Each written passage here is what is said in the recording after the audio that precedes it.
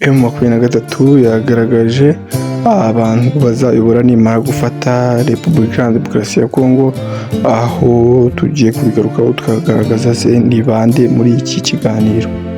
Ikindi yanagaragaje abajenerali iri kwifashisha muri ibi bihe irwanganamo mu ntambara irwanganamo na FARDC ndetse n'ibindi bitandukanye. Rero tugiye kugarukaho ni kuri Habineza TV. Njye nitwa Abu Dhabi, wara subscribe fungura inzogera kugira ngo ubashe kubona natwe mu biganiro byose, ubundi nguhe ikaze ku buryo burambuye. Ibitekerezo byanyu ni ingenzi, turabinyuzamo amaso, mukore na share kugira ngo mubane natwe mu biganiro byose bitagusaba kugeza ku musozo. M23 yatangaje ko igihe izaba itsinze urugamba rwo kubohora igihugu yafashe Repubulika Iharanira Demokarasi ya Kongo, uwitwa Colonel Nanga ariwe uzajya ku butegetsi agasimbura Felix Tshisekedi uyoboye Repubulika Iharanira Demokarasi ya Kongo. Ngubu ni M23 yabitangaje, aho ikomeje guhangana na FARDC Repubulika Iharanira Demokarasi ya Kongo.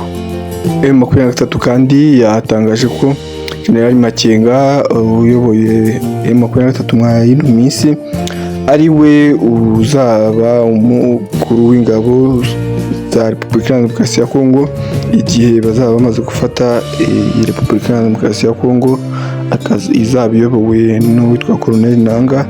We Makenga akaba ari we uba ushinzwe ingabo za Repubulika Iharanira Demokarasi ya Kongo.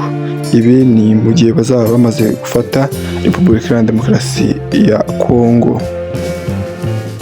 M23 kandi yasuye urutonde rw'abajenerali ifite ubu ngubu. Yagize iti dore abajenerali dufite muri AFC M23 kwirwaneho: Generali Sultan Makenga, Generali Byamungu, Generali Ngaruye, Generali Gaceri na Generali Sematama.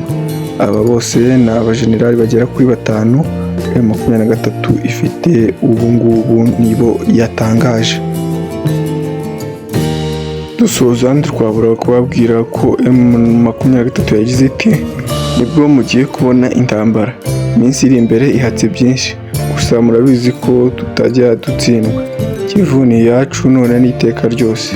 Abinjira muri AFC M23 twirwaneho, umwanya mwiza n'uyu. Uvira turi kuyizingira, abana b'iwacu muri Kivu mube mwihugura muri Swahili na French.